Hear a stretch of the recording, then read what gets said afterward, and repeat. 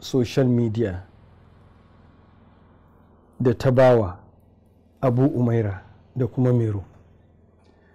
Ina so ka faɗi gaskiya, faɗan gaskiyanka shi zai sa in maka afuwa.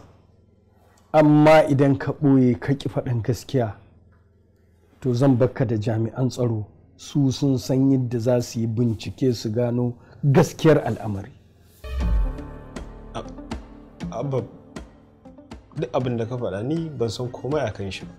Alhaji, kar ka sake ka zalunci yaron nan, kar hankalinka ya gushe ya sa ka zalunci yaron nan, ba abin da ya sani fa yaron nan. A gaban mutane yanzu na zama abin nuna wa Labila, na zama abin kwatance. Dan darajar Annabi Muhammadu manzon Allah, kar ka min kishiya. Dan girman Assalamu alaikum.